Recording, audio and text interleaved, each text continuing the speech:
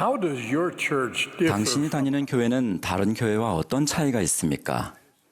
이 중요한 질문에 대한 제 답은 나이가 들어가면서 또 교회가 성장하면서 변화해 왔습니다.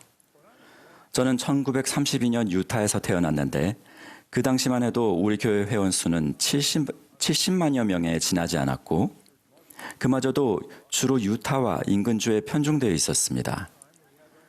그 시절에는 성전도 7곳밖에 없었습니다. 오늘날 예수 그리스도 후기 성도 교회는 약 170개국에 1,700만여 명의 회원이 있습니다. 올해 4월 1일을 기준으로 전 세계 189개의 헌납된 성전이 있으며 그 외에 계획에서 건축 단계에 이르는 146개의 성전이 있습니다. 저는 이러한 성전들의 목적과 우리 예배에서 맺는 성약의 역사와 역할에 대해 말씀드리고 싶습니다.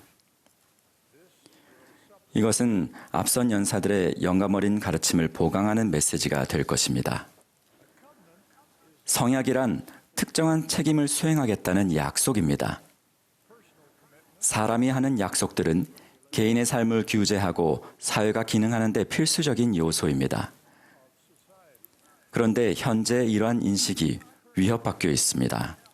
목소리를 높이는 소수 집단은 제도적 권위에 반발하면서 사람은 개인의 자유를 제한하는 어떠한 제약으로부터도 자유로워야 한다고 주장합니다. 하지만 우리는 조직화된 공동체에서 생활하는 이점을 누리기 위해 인간은 개인의 자유를 일부 포기한다는 것을 수천 년 동안의 경험을 통해 잘 알고 있습니다. 개인의 자유에 대한 이러한 포기는 명시적이든 암묵적이든 주로 약속이나 서약에 근거를 둡니다. 우리 사회에서 서약에 근거한 책임이 수행되는 몇 가지 예를 말씀드리겠습니다. 첫째, 판사. 둘째, 군인. 셋째, 의료봉사자. 넷째, 소방관입니다. 우리에게 친숙한 이러한 직종에 종사하는 분들은 자신에게 주어진 임무를 수행하겠다는 약속을 하는데 이것은 주로 선서나 서약의 형식을 갖추고 있습니다. 전임 선교사도 마찬가지입니다. 특징적인 복장이나 명찰은 그것을 착용하는 사람이 성약을 맺었으며 이에 따라 가르치고 봉사할 의무가 있으며 그러한 의무를 이행할 때 지지받아야 함을 나타내기 위한 것입니다. 그뿐만 아니라 그것을 착용하는 사람들에게 자신이 약속한 책임에 대해 상기시키는 목적도 있습니다. 이러한 선교사들의 특징적인 복장이나 상징에 어떤 마법이 숨어 있는 것은 아닙니다. 이러한 것들은 단지 착용자가 맡은 특별한 책임을 상기시키기 위해 필요한 것일 뿐입니다. 약혼 반지와 결혼 반지의 상징성과 그 역할도 같은 원리입니다. 반지는 착용자가 맺은 서약의 책임을 본인들에게 알리고 착용자 자신에게 상기시키는 역할을 합니다. 이러한 약속이 개인의 삶을 규제하는 데 기초가 된다고 말씀드렸는데 종교적인 약속인 성약의 경우 특히 그렇습니다. 여러 종교단체 및 종교적 요건들의 출발점과 역사는 이 성약에 기반하고 있습니다. 예를 들어 아브라함의 성약은 몇몇 위대한 종교적 전통의 근간이 됩니다. 그것은 하나님께서 자녀들과 맺으신 성스러운 약속이라는 거룩한 개념의 시작점입니다. 구약 전서에는 아브라함과 그의 후손이 하나님과 맺었던 성약이 자주 언급됩니다. 몰몬경의 첫 부분은 구약 시대에 기록되어 있는데 이스라엘의 역사와 예배에서 성약의 역할을 분명하게 보여줍니다. 니파이는 그 시기에 대한 이스라엘 백성의 기록들은 주께서 이스라엘 집에 맺으신 바 곧 주의 성약이 들어있는 유대인의 기록이라는 말을 들었습니다. 니파이의 기록에 아브라함의 성약과 주의 성약의 백성인 이스라엘에 대한 언급이 자주 나옵니다. 하나님 또는 종교 지도자들과 성약을 맺는 관행도 몰몬경에서 니파이, 엘굽의 요셉, 베냐민 왕, 엘마, 모로나이 장군에 대해 기록한 부분에 잘 나와 있습니다. 예수 그리스도의 충만한 복음이 회복될 때가 왔을 때 하나님께서는 선지자 조셉 스미스를 부르셨습니다. 이제 막 성년이 돼가던 이 젊은 선지자에게 천사 모로나이가 초기에 어떤 가르침을 주었는지 우리가 모든 내용을 알지는 못합니다.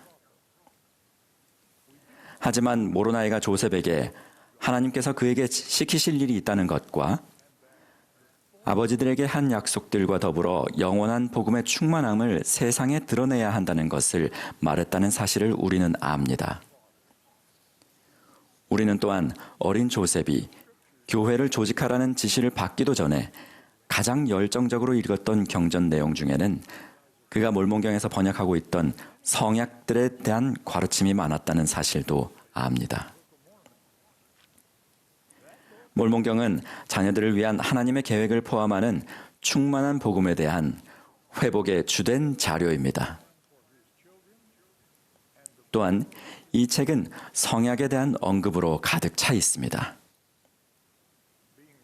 성경을 잘 알았던 조셉은 히브리서에서 이스라엘 집과 유다 집과 더불어 새 언약을 맺으려는 구주의 의도가 언급되어 있다는 것을 알았음에 틀림없습니다.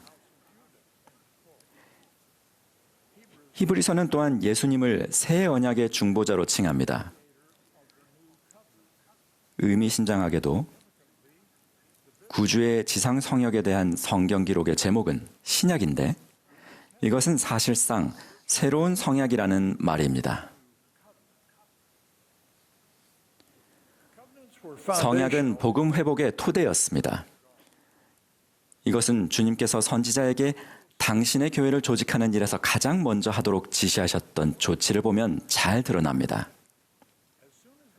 몰몬경이 출판되자마자 주님께서는 당신의 회복된 교회의 조직을 지시하셨고 이 교회는 곧 예수 그리스도 후기 성도회 교회라 명명됐습니다. 1830년 4월에 주어진 계시에는 사람이 자기의 모든 죄를 진실로 회개하였음과 예수 그리스도의 이름을 기꺼이 받들고자 하며 끝까지 그를 섬기려는 결심을 가졌음을 증거하면 침례로서 그의 교회에 받아들여져야 한다고 나와 있습니다.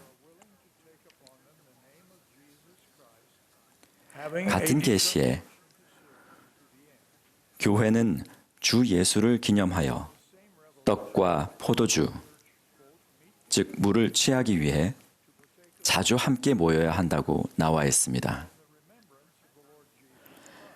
이 의식의 중요성은 이를 집행하는 장로나 제사를 위해 구체적으로 제시된 성약의 문구에서 명확하게 드러납니다.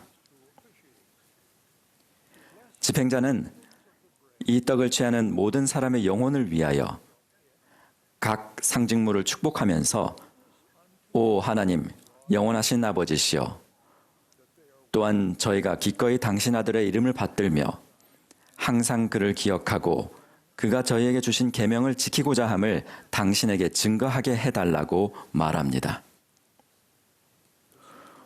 주님께서는 당신의 계시들이 책의 형태로 처음 출판된 때 주신 서문에서 새롭게 회복된 교회에서의 성약의 중심적인 역할을 거듭 확언하셨습니다. 주님께서는 이 서문에서 땅의 백성들이 자신의 의식에서 벗어났으며 당신의 영원한 성약을 깨뜨렸기 때문에 조셉 스미스를 부르셨다고 선포하십니다. 이 계시는 또한 그분의 계명은 그분의 영원한 성약이 굳게 세워지게 하기 위해 주어진다고 설명합니다. 오늘날 우리는 회복된 교회와 그 교회 회원들의 예배에서 성약이 차지하는 역할에 대해 잘 이해하고 있습니다. 고든비 힌클리 회장님은 침례와 매주 취하는 성찬이 가져오는 결과에 관해 다음과 같이 요약하셨습니다. 침례의 물로 들어선 이 교회의 모든 회원은 한 신성한 성약의 일원이 됩니다. 주님의 만찬인 성약을 취할 때마다 우리는 그 성약을 새롭게 합니다. 이 대회의 여러 연사들이 앞서 언급하셨듯이 러셀 M. 넬슨 회장님께서는 성약의 길에 대해 자주 언급하셨습니다.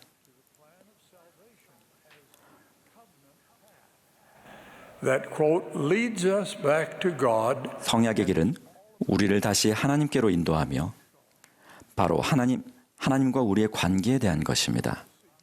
그분은 우리의 성전의식에서 성약이 지극히 중요하다고 가르치시고 우리에게 시작부터 최종 목표를 염두에 두라고 권유하시며 해외 왕국의 방식으로 생각하라고 하십니다. 이제 성전 성약에 대해 좀 더 말씀드리겠습니다. 선지자 조셉 스미스는 예수 그리스도의 충만한 복음을 회복하라는 책임을 완수하기 위해 생애 마지막 몇 년을 대부분 일리노이주 나부 성전의 건축을 감독하는 일에 바쳤습니다. 주님께서는 조셉을 통해 그의 후임자들이 성전에서 집행할 성스러운 가르침과 교리, 성약들을 계시해 주셨습니다. 그곳에서 엔다우먼트를 받는 사람들은 하나님의 구원의 계획을 배우고 성스러운 성약을 맺으라는 권유를 받을 것이었습니다. 이러한 성약에 충실하게 생활했던 사람들은 만물이 그들의 것이며 하나님과 그의 그리스도의 면전에서 영원 무궁토록 거하게 될 영생을 약속받았습니다. 나부에서의 엔다우먼트 의식은 초기 개척자들이 추방당해 서부의 산맥으로 역사적 여정을 시작하기 직전에 집행됐습니다. 개척자들이 남긴 여러 간증에 따르면 나부 성전에서 엔다우먼트를 통해 그리스도께 결속됨으로써 받은 권능은 그들이 장대한 여정을 마치고 서부에 정착할 힘을 주었습니다. 거룩한 성전에서 엔다우먼트를 받은 사람은 성전 가먼트를 입을 책임이 있습니다. 가먼트는 옷 속에 입기 때문에 밖으로 보이지 않는 의복입니다. 이 가먼트는 엔다우먼트를 받은 회원들에게 그들이 맺은 성스러운 성약과 거룩한 성전에서 약속받은 축복을 상기시켜 줍니다.